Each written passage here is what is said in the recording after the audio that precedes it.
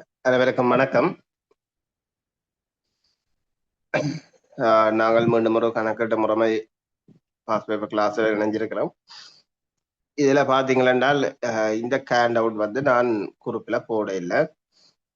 ஏற்கனவே நாங்கள் இந்த கொஸ்டின் கலெக்ஷன்ல எஃப்ஆர்ல 4 பெரிய கேள்வியாக காலமையும் பார்த்த நாங்கள் என்ன நான் நினைக்கிறேன் கடைசியா பார்த்த விஷயம் அந்த கணக்காய்வு இன்டர்னல் ஆடிட் சம்பந்தமா பார்த்துறாங்களே என்ன அது 4வது பெரிய கேள்வி. இதுல பாத்தீங்கன்னா இது 5 5 6 இருக்கு. சரிதானே?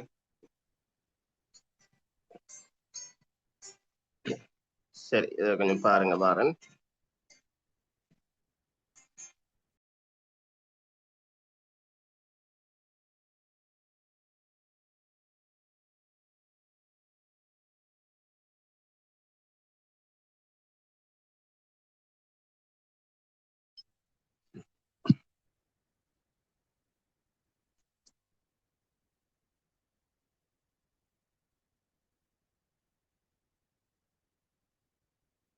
சரி, இதுல பாருங்க.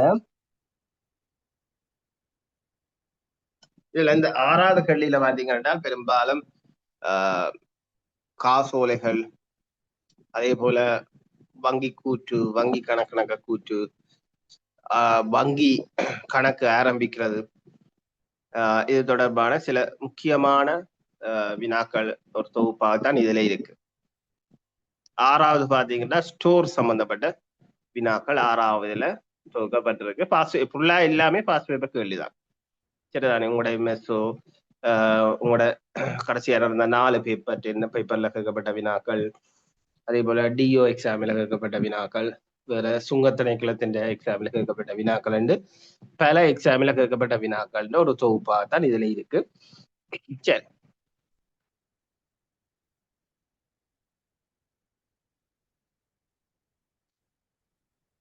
இதுல பாருங்க. முதலாவது கேள்வி, புதிய வங்கி கணக்கொன்றை ஆரம்பிக்கும் போது திரைசேரிக்கு சமர்ப்பிக்க வேண்டிய 4 ஆவணங்களை குறிப்பிடுங்க. திரைசேரிக்கு சமர்ப்பிக்க வேண்டிய 4 ஆவணங்களை குறிப்பிட சொல்லி கேட்கப்பட்டது. இப்ப பாத்தீங்கன்னா ஒரு அலுவலகம் வந்து வங்கி எல்லா அலுவலகங்களும் வங்கி கணக்க வச்சிருக்கு. என்ன, எல்லா அலுவலகங்களும் வங்கி கணக்க வச்சிருக்கு.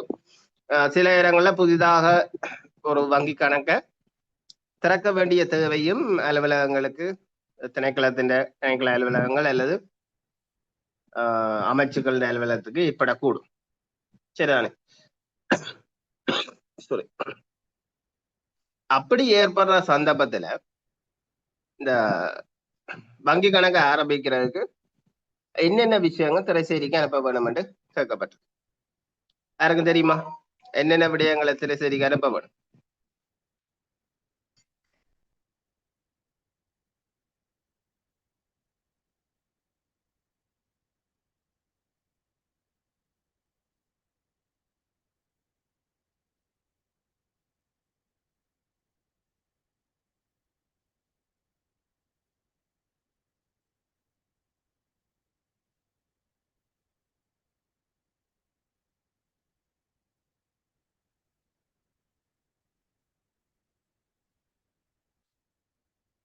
யாராவது?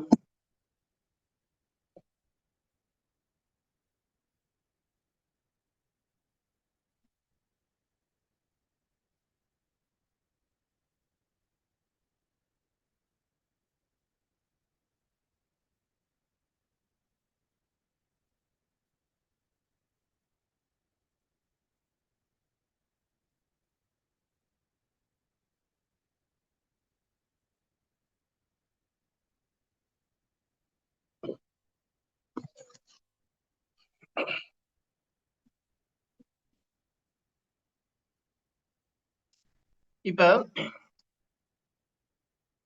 இப்ப ஒரு உப அலுவலகம் வந்து நினைச்ச மாத்திரத்துல வங்கி கணக்கை ஓபன் பண்ண முடியாது. சரிதானே? அவை என்ன செய்ய வேணும் என்றால் திணைக்கள தலைவர் ஊடாக திரைசேரிக்கு என்ன செய்ய வேணும்? சில விடயங்களை அனுப்பி கொள்ள வேண்டிய தேவை இருக்கு. முதல் எந்த பேங்க்ல அக்கௌண்ட் ஓபன் பண்ண போறாங்க, சரிதானே? முதல் வங்கியின் பெயர் கொடுக்கும். கணக்கு திறக்க இருக்கிற வங்கியின் பெயர் கொடுக்கும். கணக்கின் தலைப்பு என்ன அது கொடுக்கும், சரிதானே? அதே போல அந்த கணக்கை கையாள்றதுக்கான அதிகாரம் அளிக்கப்பட்ட உத்தியோகத்தரின் பெயர், பதவியின் பெயர், ஏனைய விவரங்கள் கொடுத்து கொள்ள வேணும், சரிதானே? அதே போல மாதிரி கையொப்பங்கள் கொடுக்க வேணும். அதே போல செக்கில சைன் பண்ண வேண்டிய அதிகாரம் வழங்கப்பட்ட உத்தியோகத்தரின் பிணைப்பணம் வைப்பு செய்த விவரமும் கொடுக்க வேணும். சரி, விளைய கொள்ளுங்க.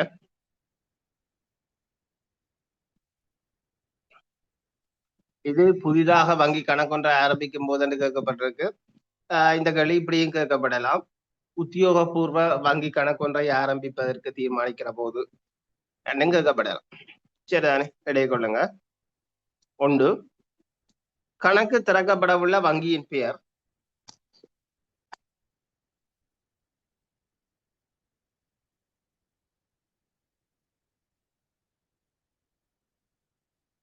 கணக்கு திறக்கப்படவுள்ள வங்கியின் பெயர்.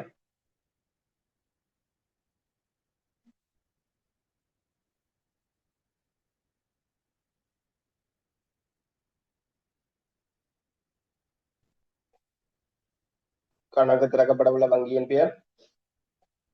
இரண்டாவது, கணக்கின் தலைப்பு.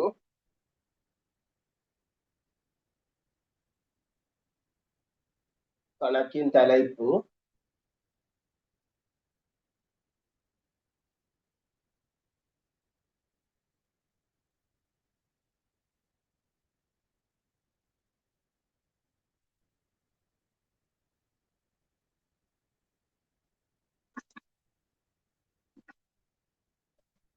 கணக்கின் தலைப்பு.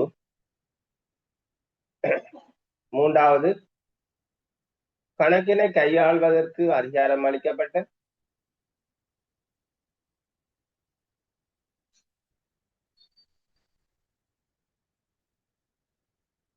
மூன்றாவது, கணக்கினை கையாள்வதற்கு அதிகாரம் அளிக்கப்பட்ட. மூன்றாவது, கணக்கினை கையாள்வதற்கு அதிகாரம் அளிக்கப்பட்ட.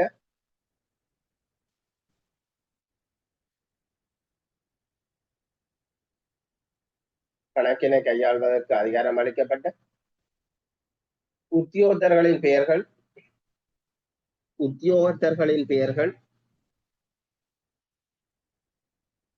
உத்தியோகத்தர்களின் பெயர்கள். உத்தியோகத்தர்களின் பெயர்கள். பதவி பெயர்கள், பதவி பெயர்கள். கணக்கினை கையாள்வதற்கு அதிகாரம் அளிக்கப்பட்ட உத்தியோகத்தர்களின் பெயர்கள், பதவி பெயர்கள், பதவி பெயர்கள் மற்றும் ஏனைய விவரங்கள். மற்றும் ஏனைய விவரங்கள்.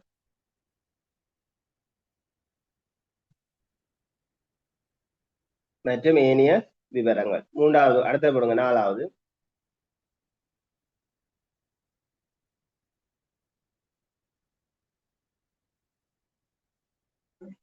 மாதிரி கையொப்பங்கள். நாலாவது, மாதிரி கையொப்பங்கள்.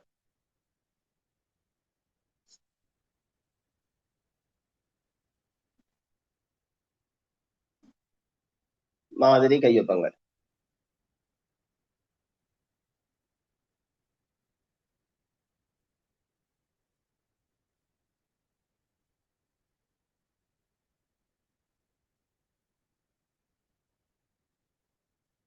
அடுத்தது, காசோலையில் ஒப்பமிட அதிகாரம் வழங்கப்பட்ட. காசோலையில் கையொப்பமிட அதிகாரம் வழங்கப்பட்ட. காசோலையில் கையொப்பமிட அதிகாரம் வழங்கப்பட்ட. காசோலையில் கையொப்பமிட அதிகாரம் வழங்கப்பட்ட உத்தியோகத்தர்கள் பிணைப்பணம் வைப்பு செய்த விவரம். காசோலையில் கையொப்பமிட அதிகாரம் வழங்கப்பட்ட உத்தியோகத்தர்கள். காசோலையில் கையொப்பமிட அதிகாரம் வழங்கப்பட்ட உத்தியோகத்தர்கள். பிணைப்பணம் வைப்பு செய்த விவரம். பிணைப்பணம் வைப்பு செய்த விவரம்.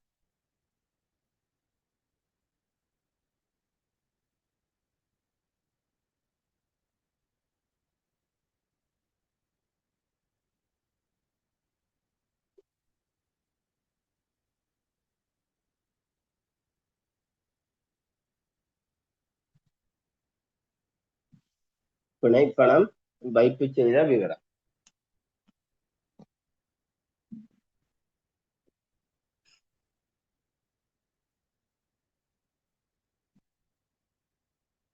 அடுத்த கேள்வி,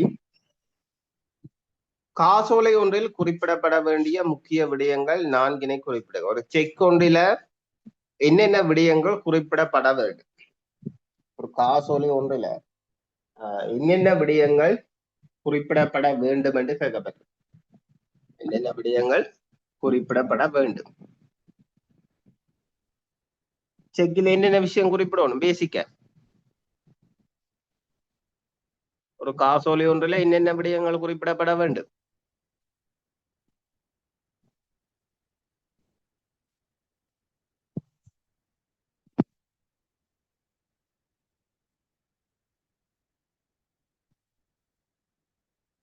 கொள்ளுங்க. திகதி, திகதி, பணம் பெறுபவரின் பெயர் போடுங்க. திகதி, திகதி, பணம் பெறுபவரின் பெயர், பணம் பெறுபவரின் பெயர், பணம் சொற்களில், பணம் சொற்களில், பணத்தின் தொகை, பணத்தின் தொகை இருக்குதானே, அது சொற்கள்ல இருக்க வேணும். அதே போல பணத்தின் தொகை இலக்கத்தில்,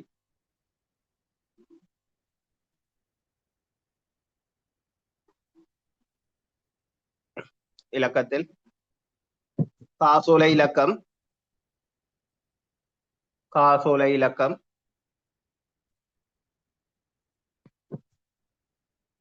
காசோலை இலக்கம், கையொப்பம், காசோலை இலக்கம், கையொப்பம். 4 வந்துடுதானே.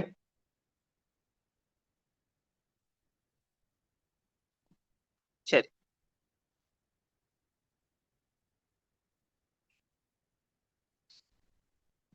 அடுத்த கேள்வி,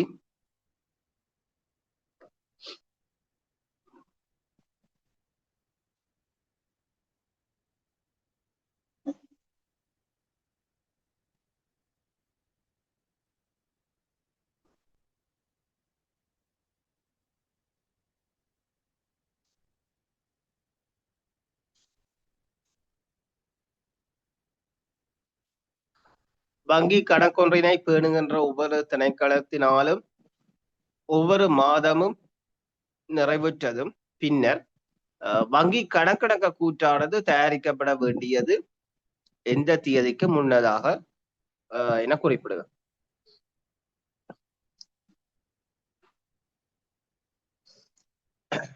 வங்கி கணக்கணக்க கூற்று பின்னுக்கு வரவிலக்கணம் எல்லாம் கேட்கப்பட்டதால நான் இப்ப விஷயத்த சொல்ல இல்லை, அது வருகின்ற போது பார்ப்போம்.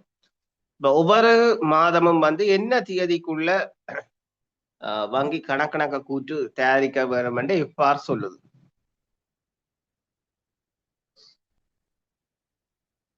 இது உங்களுடைய எக்ஸாமில 2024, அதாவது இறுதியாக நடந்த MSO 3 EB எக்ஸாமில எஃப்ஆர்ல பார்ட் 2 அக்கௌண்டிங் சிஸ்டத்துல பார்ட் 2 கேட்கப்பட்ட முதலாவது கேள்வி இதுதான். வங்கி கணக்கணக்க கூற்று தயாரிக்கப்பட வேண்டியது இந்த தேதிக்கு முன்னர்.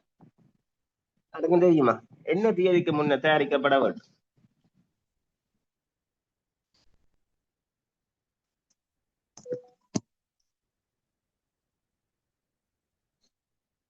பதினைஞ்சாம் தேதிக்கு முதல் தயாரிக்கப்படும். இந்த மாதத்துக்கான எக்ஸாம்பிளுக்கு ஏப்ரல் மாதத்துக்கான வங்கி கணக்கணங்க கூற்று மே மாதம் 15ஆம் தேதிக்கு உள்ள தயாரிக்க வேண்டும். சரிதானே? தேதி 15ஆம் தேதி.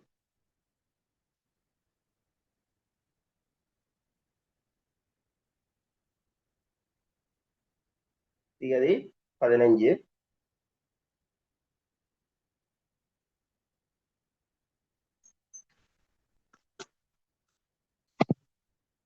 சரி, அடுத்த கேள்வி.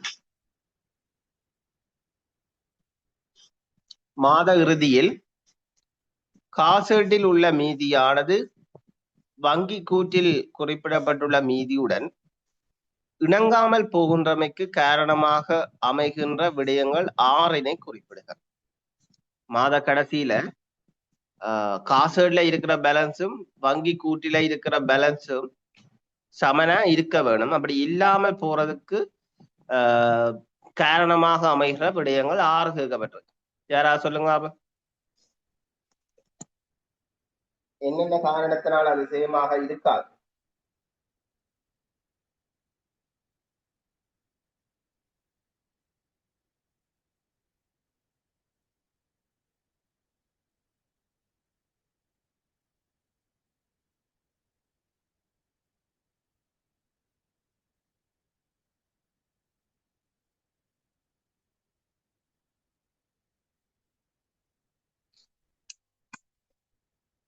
வங்கி கூற்று மீதியும்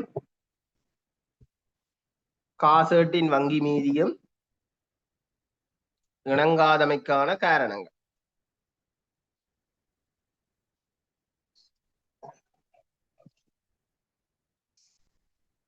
ஒன்று போடுங்க, மாற்றப்படாத காசோலைகள்.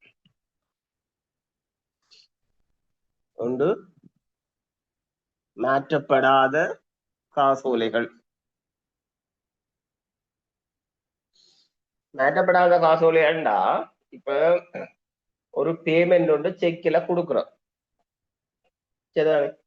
அப்ப எங்கட காசோல என்ன செய்வோம்?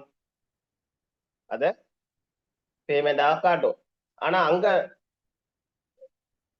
அவர் அந்த செக்கை கொண்டு போய் வேண்டிட்ட நபர் வந்து அதை கொண்டு போய் பேங்க்ல மாற்றிக்கொள்ளாட்டில் பேங்க் அளிக்காது. விளங்குதான்? ஒன்று மாற்றப்படாத காசோலைகள். மாற்றப்படாத காசோலைகள்.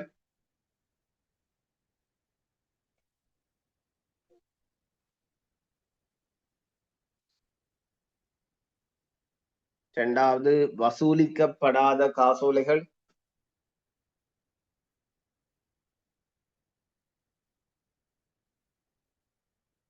வசூலிக்கப்படாத காசோலைகள். மூன்றாவது மறக்கப்பட்ட காசோலைகள். மூன்றாவது மறக்கப்பட்ட காசோலைகள்.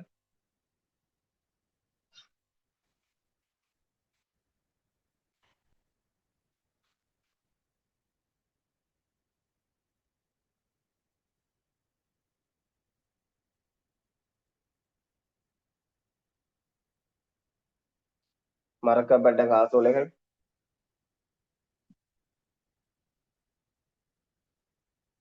காசு புத்தகத்தின் கூட்டல் பிழைகள்.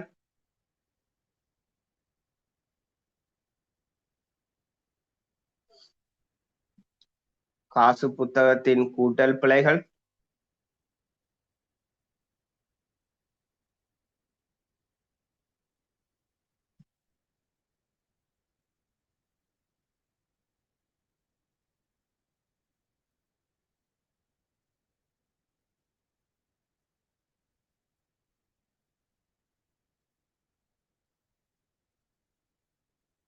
அடுத்தது காசேட்டில் பதிவுகளை பதியாது விடுதல். காசேட்டில் பதிவுகளை பதியாது விடுதல்.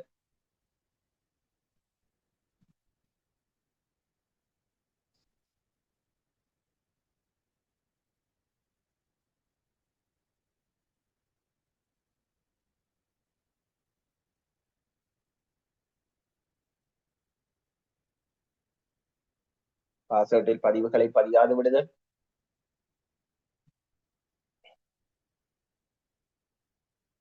வங்கி கூற்றில் பதிவுகளை பிழையாக பதிதல்.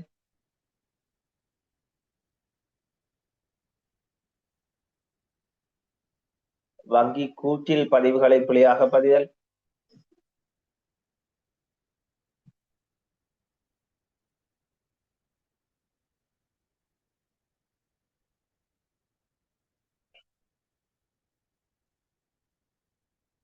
காசோலை தொகை காசேட்டில் பிழையாக பதிதல். அடுத்தது காசோலை தொகை காசேட்டில் பிழையாக பதிதல்.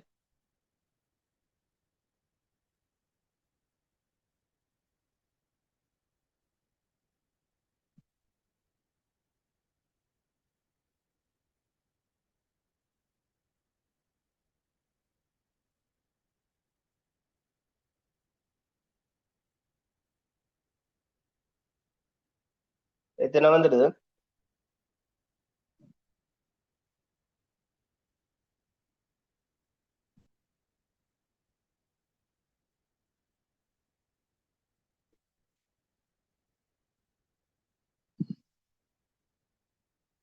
ஓகே, அடுத்த கேள்விக்குள்ள போவோம்.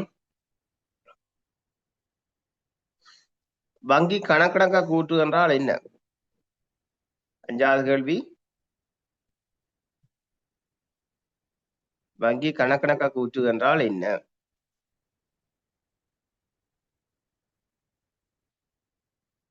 இப்ப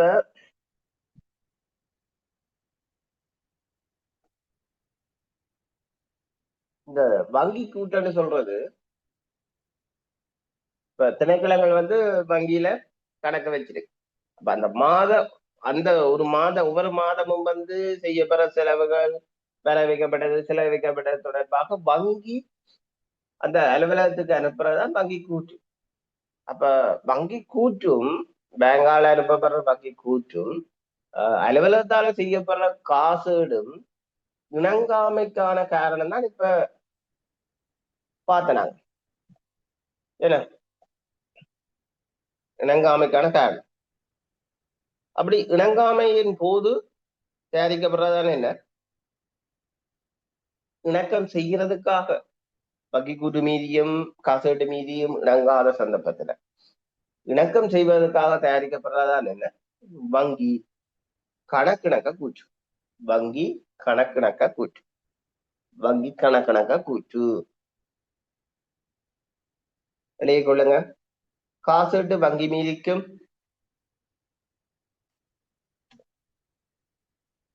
காசீட்டு வங்கி மீதிக்கும்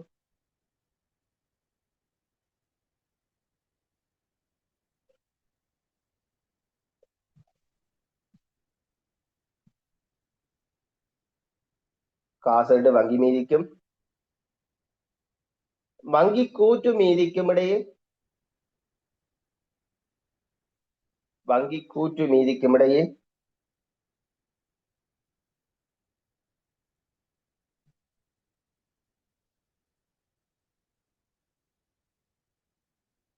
வங்கி கூட்டு மீதிக்கும் இடையே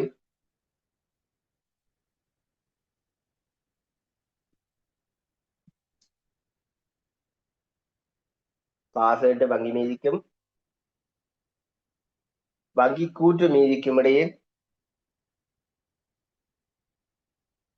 உள்ள வேறுபாட்டுக்கான காரணங்களை கண்டறிந்து உள்ள வேறுபாட்டுக்கான காரணங்களை கண்டறிந்து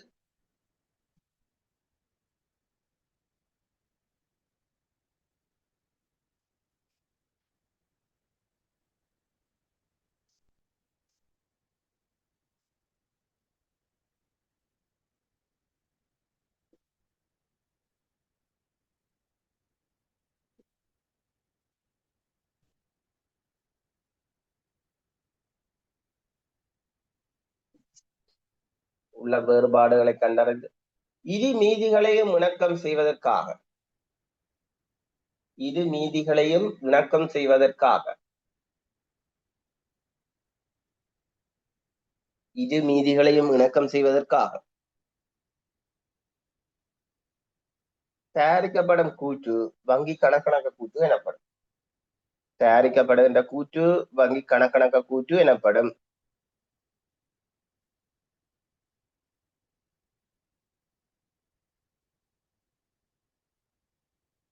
தயாரிக்கப்படுகின்ற கூற்று வங்கி கணக்கணக்கா கூற்று எனப்படும்.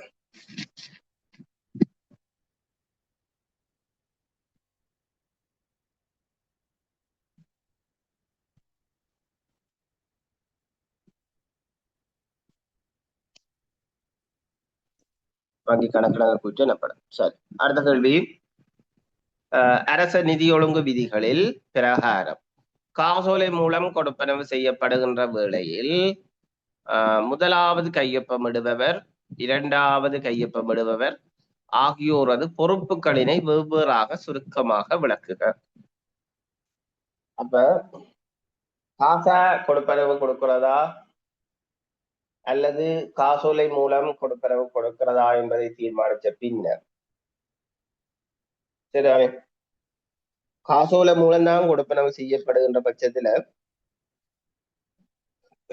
காசோலையில கையொப்பமிடுபவர் 2 பேர் இருக்க போயிடும். சரிதானே? முதலாவது கையொப்பமிடுபவர், இரண்டாவது கையொப்பமிடுபவர். சரிதானே? அப்ப அவர்களுடைய பொறுப்புகள், இந்த முதலாவது கையொப்பமிடுபவற்ற பொறுப்பு என்ன? யாராவது ஒன்று சொல்லுங்க. முதலாவது கையொப்பமிடுபவற்ற பொறுப்பு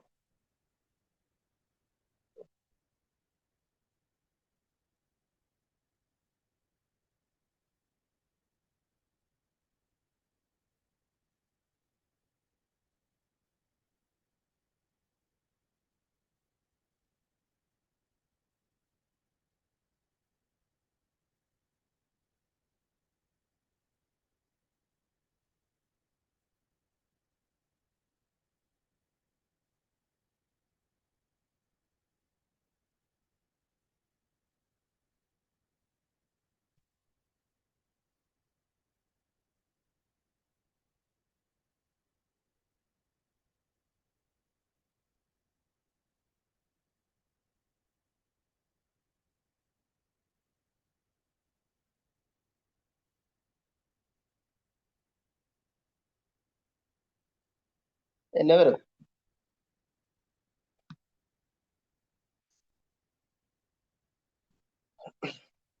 இல்ல, முதலாவது கையொப்பமிடுபவருக்கு இருக்கிற பொறுப்பு என்னன்னு கேட்கப்பட்டது கேள்வி.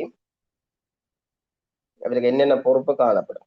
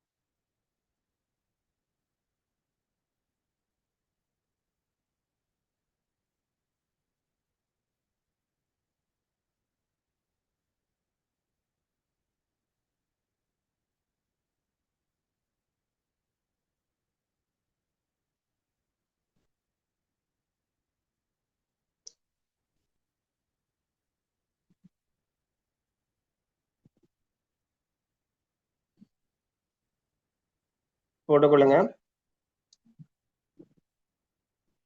முதலாவது கையொப்பமிடுபவர் என்று போட்டுட்டு அவருடைய பொறுப்பை எழுதி கொள்ளுங்க.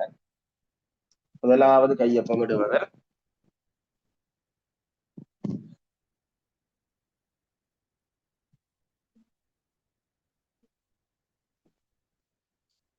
செக்கில முதலாவது கையொப்பமிடுபவர்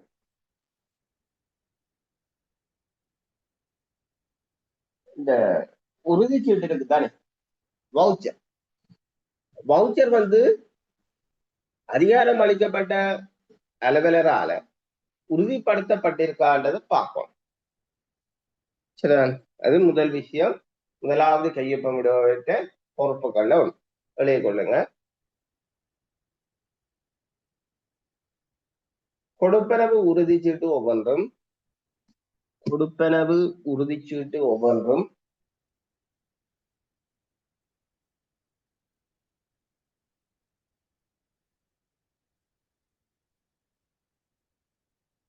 கொடுப்பனவு உறுதிச்சீட்டு ஒவ்வொன்றும்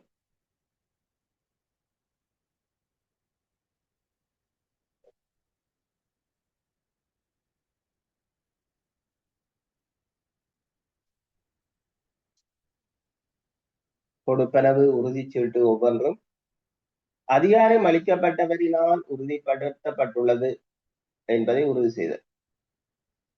கொடுப்பனவு உறுதிச்சீட்டு ஒவ்வொன்றும் அதிகாரம் அளிக்கப்பட்டவரினால் உறுதிப்படுத்தப்பட்டுள்ளதை உறுதி செய்தல். அதிகாரம் அளிக்கப்பட்டவரினால் உறுதிப்படுத்தப்பட்டுள்ளதை உறுதி செய்தல். உறுதிப்படுத்தப்பட்டுள்ளதை உறுதி செய்தல்.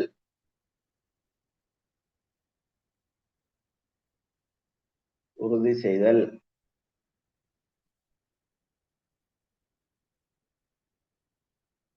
இரண்டாவது போடுங்க. உறுதிச்சீட்டு உறுதிப்படுத்தப்பட்ட பின்பு உறுதிச்சீட்டுன்னு சொல்றது வவுச்சர், சரிதானே? உறுதிச்சீட்டு உறுதிப்படுத்தப்பட்ட பின்பு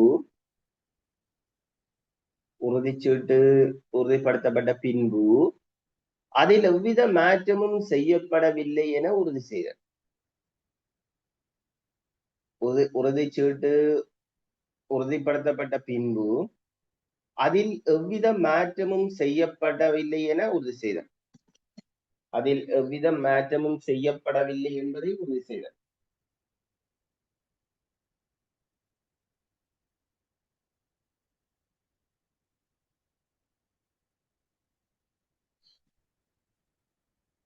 அதில் எவ்வித மாற்றமும் செய்யப்படவில்லை என்பதை உறுதி செய்தல்.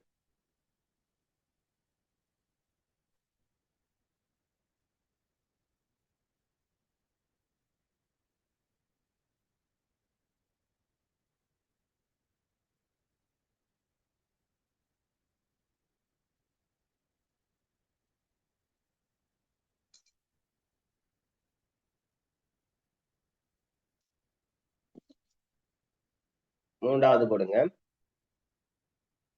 கொடுப்பனவுக்கு சரியான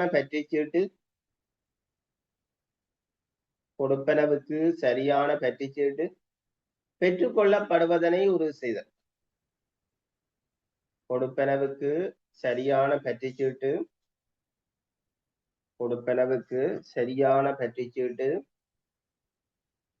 பெற்றுக்கொள்ளப்படுவதனை உறுதி செய்தல். கொடுப்பனவுக்கு சரியான பற்றுச்சீட்டு பெற்றுக்கொள்ளப்படுவதனை உறுதி செய்தல்.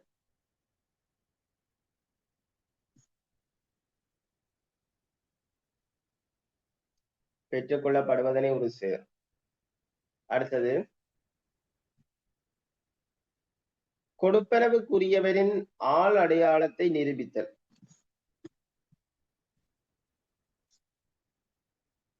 கொடுப்பனவுக்குரியவரின் ஆள் அடையாளத்தை நிரூபித்தல்.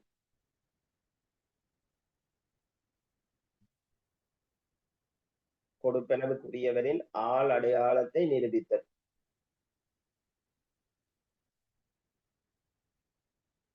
அடுத்தது, கொடுப்பனவு காசோலை மூலமாயின் அடுத்தது போடுங்க. கொடுப்பனவு காசோலை மூலமாயின்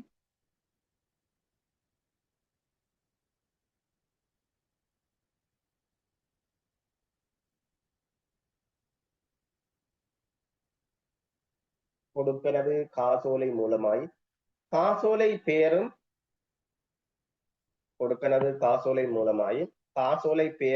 உறுதிச்சீட்டு பேரும், அதாவது வவுச்சர்ல இருக்கிற பேரும் செக்கில இருக்கிற பேரும் சரியா பொருந்துதா என்பதை செக் பண்றது. சரிதானே? வெளியே கொள்ளுங்க. கொடுப்பனவு காசோலை மூலமாயின் காசோலை பேரும் உறுதிச்சீட்டு பேரும் உறுதிச்சீட்டு பெயரும் உறுதிச்சீட்டு பெயரும் காசோலை பெயரும் உறுதிச்சீட்டு பெயரும்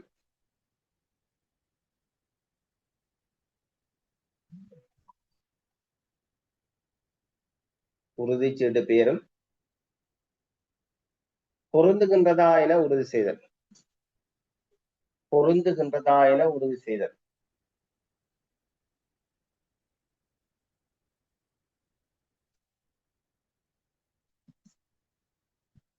பொருந்துகின்றதா என உறுதி செய்தல்.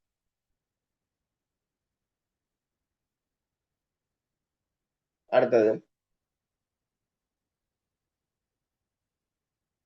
ஒவ்வொரு கொடுப்பனவு ஒவ்வொரு கொடுப்பனவு ஒவ்வொரு கொடுப்பனவு குறிப்பிடப்பட்ட புத்தகத்தில் பதியப்பட்டதையும் ஒவ்வொரு கொடுப்பனவும்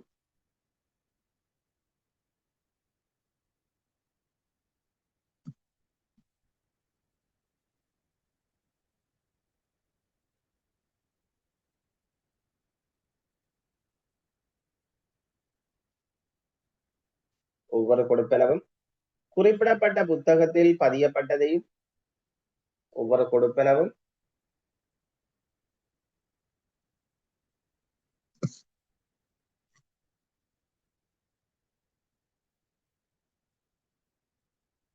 ஒவ்வொரு கொடுப்பனவும் குறிப்பிடப்பட்ட புத்தகத்தில் பதியப்பட்டதையும் ஒவ்வொரு கொடுப்பனவும் குறிப்பிடப்பட்ட புத்தகத்தில் பதியப்பட்டதையும்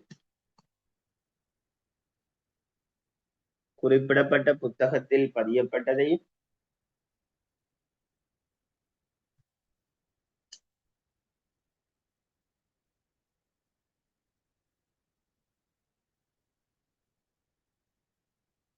குறிப்பிடப்பட்ட புத்தகத்தில் பதியப்பட்டதையும் சரியாக கணக்கு வைத்திருப்பதையும் உறுதிப்படுத்தல்.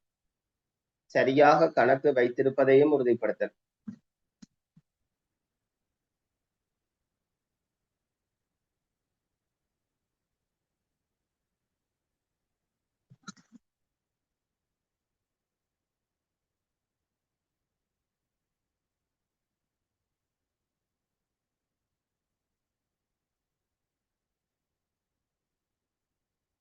சரியாக கணக்கு வைக்கப்பட்டிருப்பதையும் உறுதி செய்தல். அடுத்தது அடுத்தது உறுதிச்சீட்டில் குறிப்பிடப்பட்ட தொகை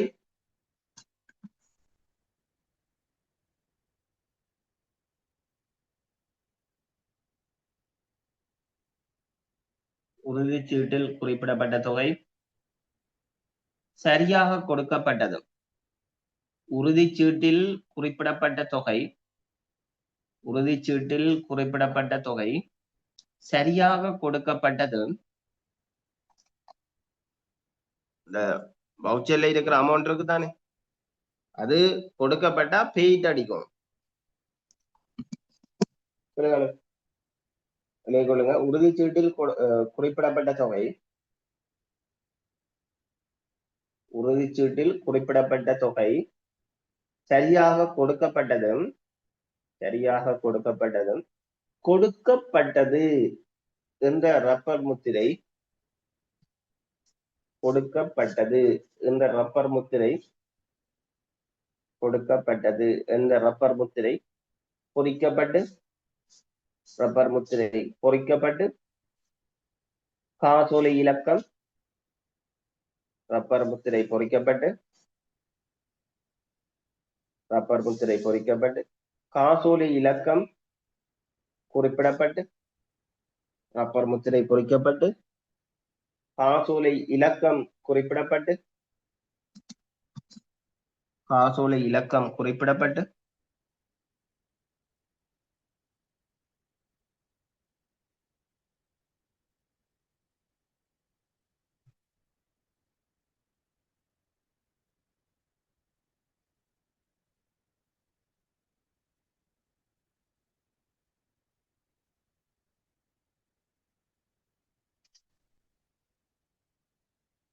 காசோலை இலக்கம் குறிப்பிடப்பட்டு முதல் ஒப்பம் இடப்பட வேண்டும்.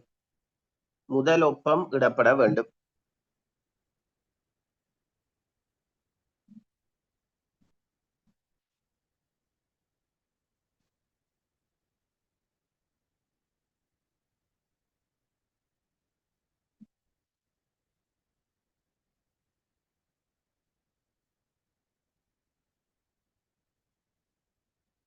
முதல் ஒப்பம் இடப்பட வேண்டும். அடுத்தது காசோலை கொடுப்பனவாயின், அடுத்த போடுங்க, காசோலை கொடுப்பனவாயின்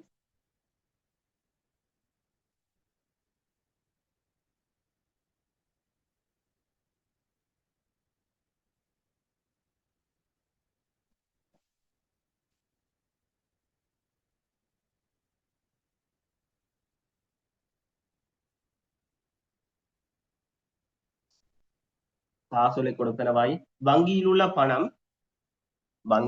பணம் கொடுப்பனவுக்கு போதியதாக இருப்பதை உறுதிப்படுத்த.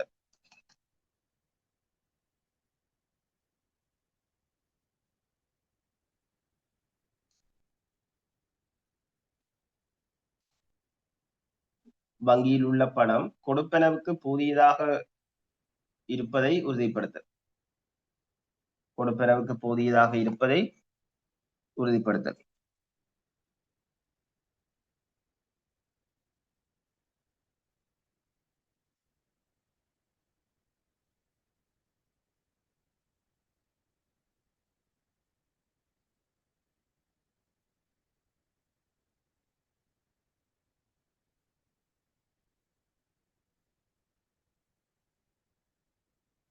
கொடுப்பனவுக்கு போதியதாக இருப்பதை உறுதிப்படுத்த.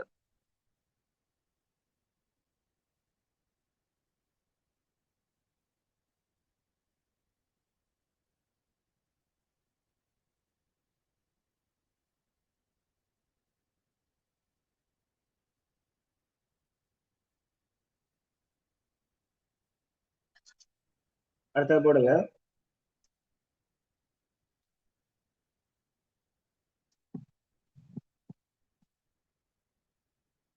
இரண்டாவது கையொப்பம் இடுபவரின் பொறுப்புகள் போடுங்க. இரண்டாவது கையொப்பம் இடுபவரின் பொறுப்புகள்.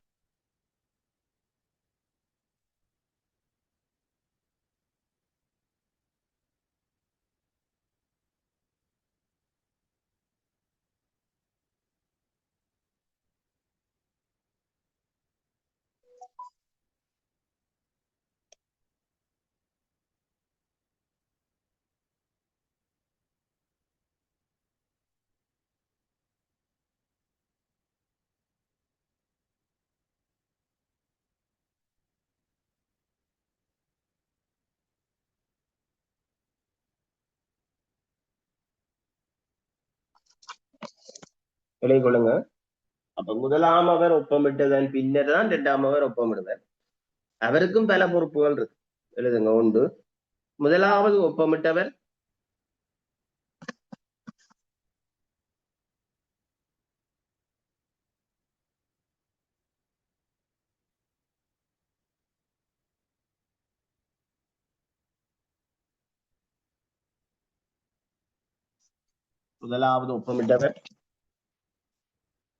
காசோலையில் ஒப்பமிட அதிகாரிக்கப்பட்டவரா? சாரி, முதலாவது ஒப்பமிட்டவர் காசோலையில் ஒப்பமிட அதிகாரம் அளிக்கப்பட்டவரா? முதலாவது ஒப்பமிட்டவர் காசோலையில் ஒப்பமிட அதிகாரம் அளிக்கப்பட்டவரா என உறுதி செய்தார்.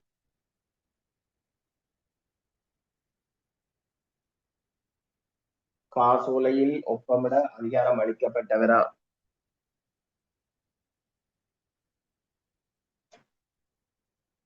காசோலையில் ஒப்பமிட அதிகாரம் அளிக்கப்பட்டவரா என உறுதி செய்தார்.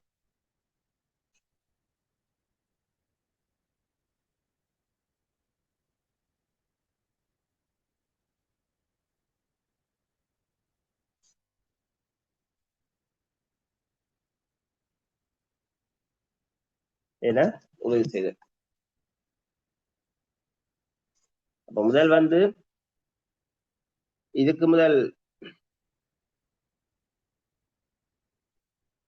ஒப்பமிட்டவர் அது ஒப்பமிடுறதுக்கு அவருக்கு தகுதி இருக்கா, அவர் அதிகாரம் அளிக்கப்பட்டவரா என்பதை உறுதி செய்து கொள்ள வேணும். அது கையொப்பம் விடுவார். அடுத்த போடுங்க. இரண்டாவது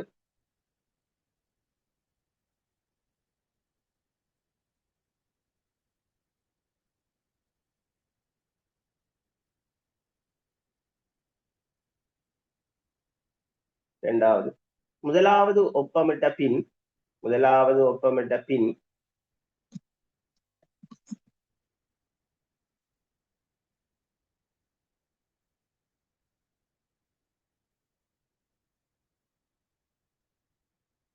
முதலாவது ஒப்பமிட்ட பின் காசோலை மாற்றத்துக்கு உட்படவில்லை என்பதை உறுதிப்படுத்த.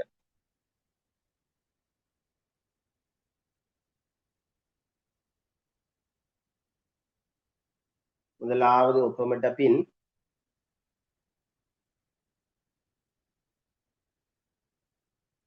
காசோலை மாற்றத்துக்கு உட்படவில்லை என்பதை உறுதிப்படுத்த.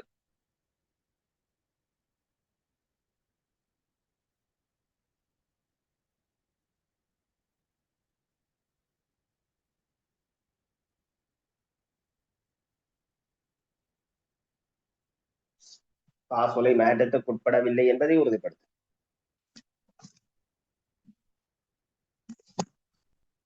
மூன்றாவது கொடுங்க. மூன்றாவது காசோலையில் குறிப்பிடப்பட்டுள்ள பெயர் தொகை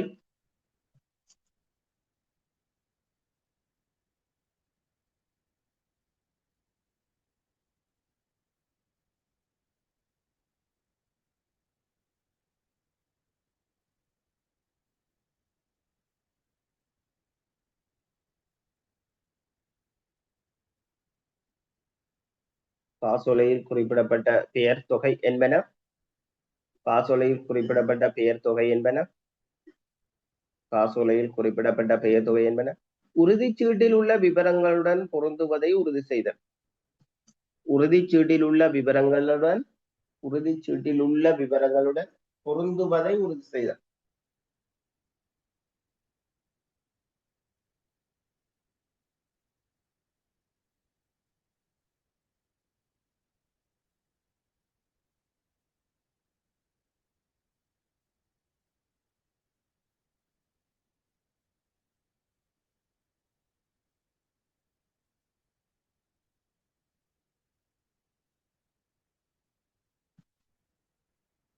உறுதிச்சீட்டில் உள்ள பெயர் விவரங்களுடன் பொருந்துவதை உறுதி செய்தல். அடுத்தது உறுதிச்சீட்டில் குறிப்பிடப்பட்ட தேறிய தொகைக்கு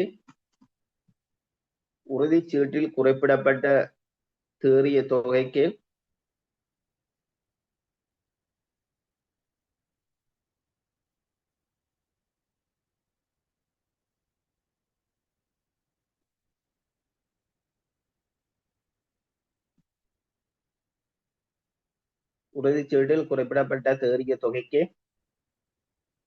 உறுதிச்சீட்டில் குறிப்பிடப்பட்ட தேறிய தொகைக்கு கொடுப்பனவு செய்யப்படுகின்றது என உறுதி செய்தல்.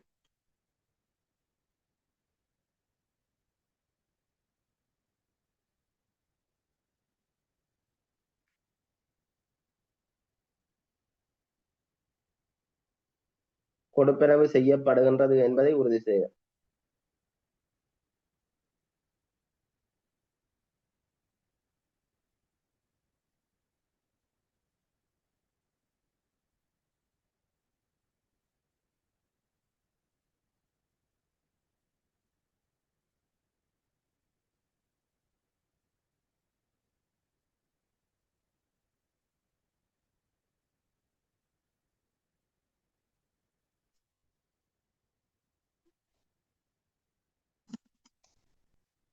அடுத்தது உறுதிச்சீட்டு அதிகாரம் அளிக்கப்பட்டவரால் இவரும் செக் பண்ணணும்.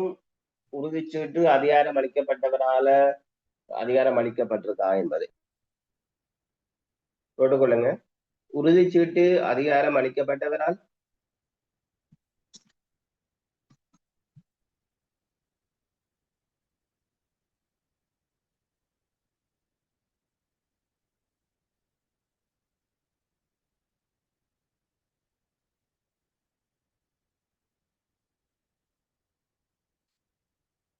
உறுதிச்சீட்டு அதிகாரம் அளிக்கப்பட்டவரால்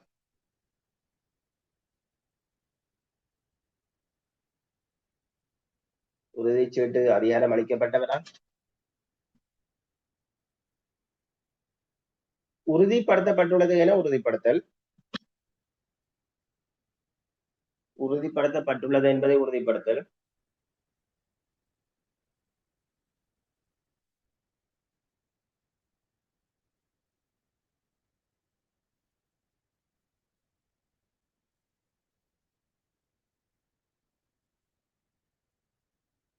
உறுதிப்படுத்தப்பட்டுள்ளது என்பதை உறுதிப்படுத்தல். அடுத்தது, கொடுப்பனவு முத்திரை முதலாவது ஒப்பமிடுபவரால். கொடுப்பனவு முத்திரை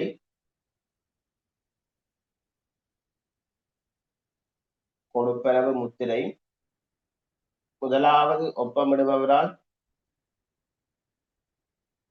முதலாவது ஒப்பமிடுபவரால் ஒப்பமிடப்பட்டிருப்பதை உறுதிப்படுத்த. ஒப்பமிடப்பட்டிருப்பதை உறுதிப்படுத்த.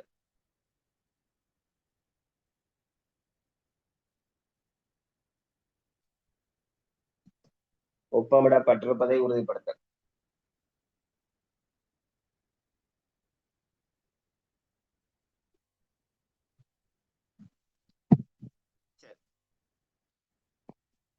இது என்ன? ஒரு காசோலையில கையொப்பமிடுற முதலாவது கையொப்பமிடுபவரும் இரண்டாவது கையொப்பமிடுபவருக்கும் காணப்படுகின்ற பொறுப்புகளை பார்த்துருக்கிறோம். அவர்களுக்கு கையொப்பமிடுறா சும்மா கையொப்பத்தை இட்டுட்டு இருக்கிற இல்ல. கையொப்பமிட முன்னர் அவர்கள் நிறைய விஷயத்தை அவதானிக்க வேணும், அதை உறுதிப்படுத்திக் கொள்ள வேணும். சரிதானே? சரி. அடுத்த கேள்வி, ஏற்கனவே வங்கி கணக்கணக்க கூட்டு பார்த்திருக்கிறோம். 7வது கேள்வியை பாருங்க. வங்கி கணக்கணக்க கூற்றொன்றில உள்ளடக்கப்படும் விடயங்கள் 5 குறிப்பிட சொல்லி கேட்கப்பட்டது. சொல்லுங்க.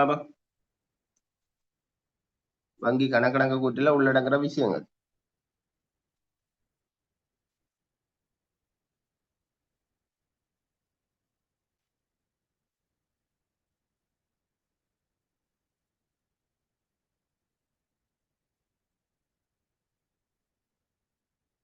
என்னென்ன விஷயம் உள்ளடங்கி இருக்கும்?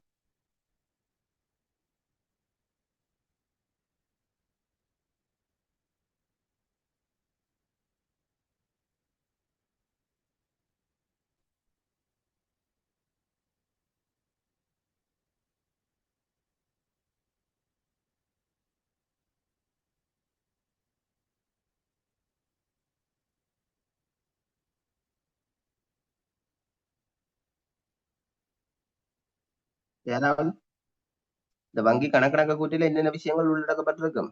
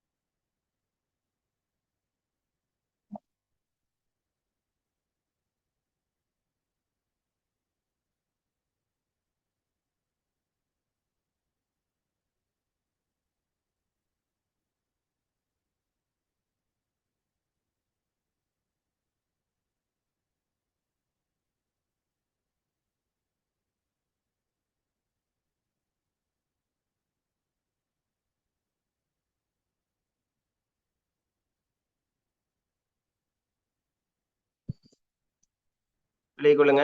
நேரடி வைப்புகள்.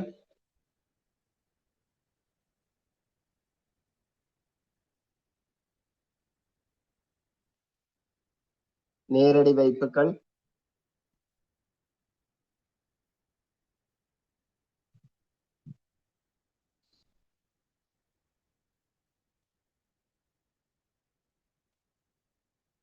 நேரடி வைப்புகள். 2வது வங்கி கட்டணங்கள் அல்லது வங்கி அறவீடுகள். வங்கி கட்டணங்கள் அல்லது வங்கி அறவீடுகள்.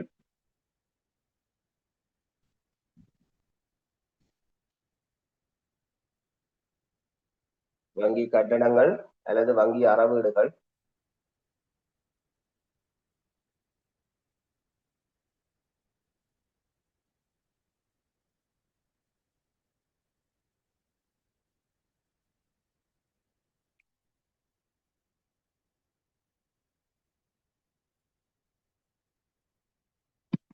வங்கி அறவீடுகள்,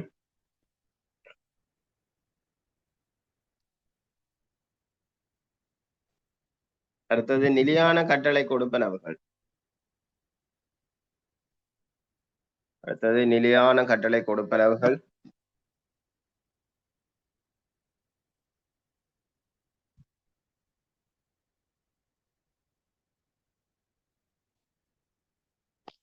நிலையான கட்டளை கொடுப்பனவுகள்,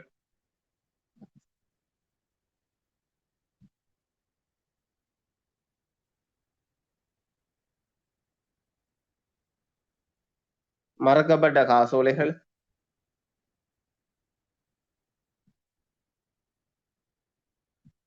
மறக்கப்பட்ட காசோலைகள்,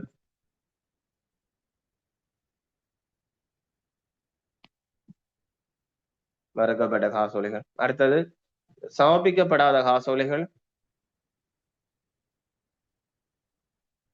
சமர்ப்பிக்கப்படாத காசோலைகள்,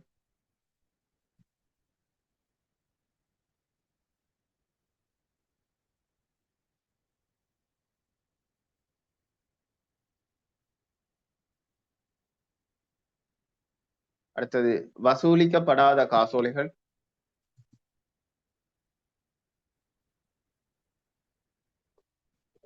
அடுத்தது வசூலிக்கப்படாத காசோலைகள்,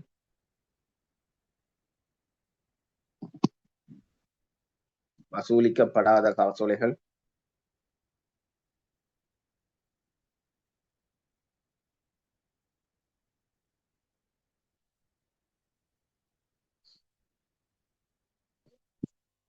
வசூலிக்கப்படாத காசோலைகள்,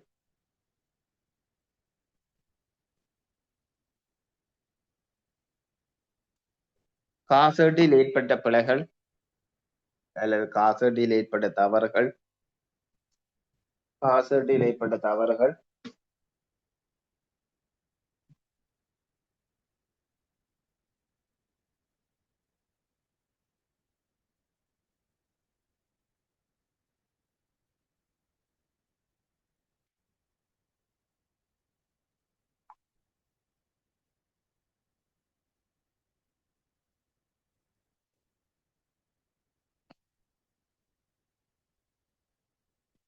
சரி எத்தனை வந்துடுது?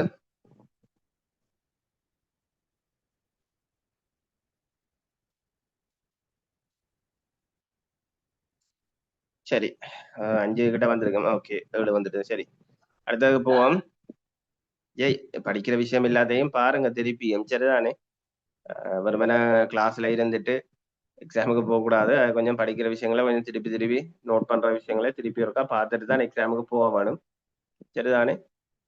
உங்களுக்கு இந்த சொற்பதங்கள் விளங்காதாக்கள் சில நேரம் புதிய ஞாபகங்கள் பெற்றிருப்பீர்கள். ஒரு 5 மாதம் தான் ஆயிருக்கும். ஆபீஸ்லயும் பெருசா வேலை இருக்காது, வேலைகள் பெருசா தந்திருக்க மாட்டாங்க. கற்றுக்கொள்வதற்கான காலப்பதியும் குறைவா இருந்திருக்கும். ஆகவே இதுல பல சொற்பதங்கள் உங்களுக்கு விளங்காம இருந்தாலும் படிப்பிக்கிற நான் இந்த அட்வைஸ் பண்ணக்கூடாதுதான் என்றாலும் சொல்றேன். சும்மா மைண்ட்ல பாடமாக்கிட்டாவது 2-3 விஷயங்களும் எழுத பாருங்க. காரணம் வந்து என்னன்னா அப்படியும் பாஸ் பண்ணிடணும். 40 மார்க்ஸ் எடுத்தா போதும் சரிதானே. ஃபர்ஸ்ட்டுக்கு பாஸ் பண்ற ஸ்டேஜை தாண்டிட்டீங்கன்னா அங்கால எவ்வளவு படிக்க முடியுமோ அவ்வளவு படிச்சு போய் எழுதலாம். ஓகே சில நேரம் இதுல 6 மாதமா இருந்தாலும் அக்கௌண்ட் சப்ஜெக்ட் கிடைச்சாக்கள் நேரம் கொஞ்சம் 6 மாதத்துக்கு சில விஷயங்களை பிடிச்சிருந்தீங்கண்டா கொஞ்சம் இதுல டேர்முகள் விளங்கக்கூடியமா இருக்கும் சரிதானே. ஓகே பிரச்சனை இல்லை, படிக்கிற விஷயத்த கொஞ்சம் பாருங்க. ஆனா பலமையா வந்து ஒபி சிஸ்டம் வந்து இப்போ ஃபர்ஸ்ட் டைம் எழுதுறவங்க ஒபி சிஸ்டம் ஈஸியா பாஸ் பண்ணிடுவாங்க. அக்கௌண்ட் இந்த ஃபெயில் விடுறதுல கூடுதலா அக்கௌண்டிங் சிஸ்டமே தான் இருக்கிறது பலமே சரிதானே. அக்கௌண்ட் சிஸ்டம் வந்து டேர்முகள் பிரச்சனை விளங்கி கொள்றது பிரச்சனையால ஃபெயில் வர்றது. ஒபி சிஸ்டத்தை விட அக்கௌண்டிங் சிஸ்டம் ஃபெயில் வர்ற ஆட்கள் கூடவே இருக்கு சரிதானே. ஆகவே கொஞ்சம் கேர்ஃபுல்லா இருந்து இருக்கிற நேரங்களை கொஞ்சம் படிச்சு கொள்ளுங்க. ஓகே மற்றது வேற திங்கள்ல இருந்து வெள்ளி வரையான 5 நாட்கள்ல 1-2 நாள் லீவு போட முடிஞ்சாலும் போடுங்க, பிரச்சனை இல்லை சரிதானே. உங்களோட முக்கியமான ஒரு எக்ஸாமுக்கு தானே லீவு போடுறீங்க. அப்படி லீவுகள் எடுக்க முடிஞ்சா எடுத்து படிச்சு கொள்ளுங்க. ஓகே, இப்ப பார்த்தது வங்கி கணக்கணக்க கூட்டில இருக்கிற விடயங்க. அடுத்தது சிறு உறுப்பிழுத சொல்லி கேட்கப்பட்டிருக்கு. பதில் காசோலை என்றா என்னன்னு கேட்கப்பட்டிருக்கு. பதில் காசோலை. பதில் காசோலை என்றா என்ன? யாராவது?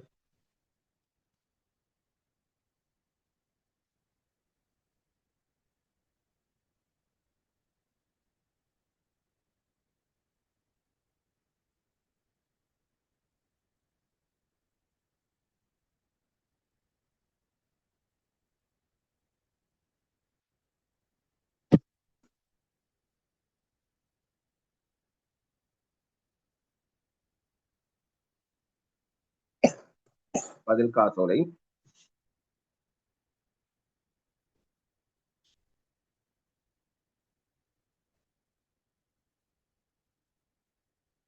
எழுதி கொள்ளுங்க. பதில் காசோலை என்று போட்டு எழுதுங்க.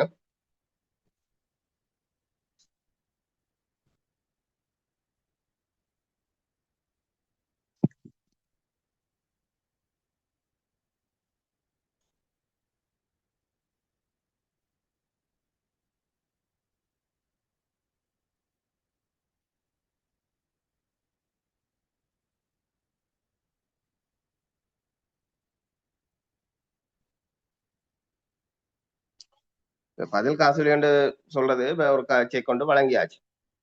அது சேதமடைஞ்சிருக்கு அல்லது துளைஞ்சு போனா அதுக்கு பதிலா வழங்குறதான என்ன பதில் காசோலை.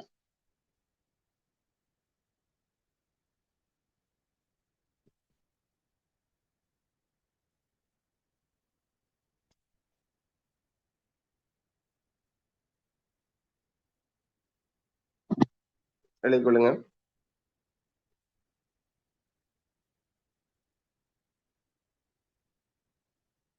வழங்கப்பட்ட காசோலையானது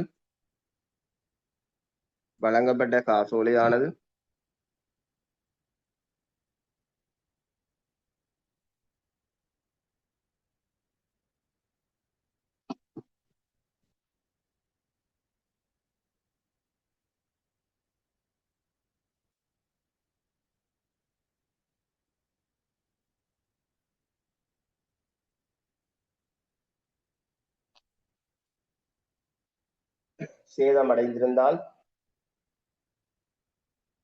சேதமடைந்திருந்தால்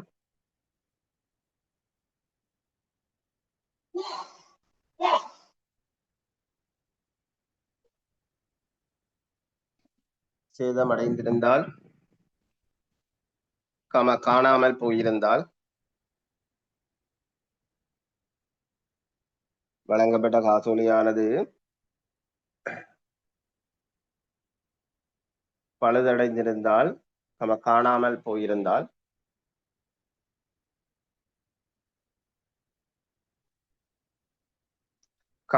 காசோலையில் ஏதும் தவறுகள் நிவர்த்தி செய்ய வேண்டி இருந்தால் காசோலையில் ஏதும் தவறுகள் நிவர்த்தி செய்யப்பட வேண்டி இருந்தால்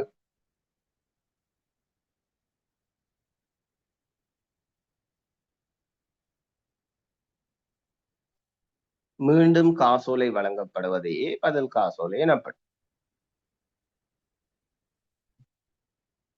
மீண்டும் காசோலை வழங்கப்படுவதையே பதில் காசோலை எனப்படும்.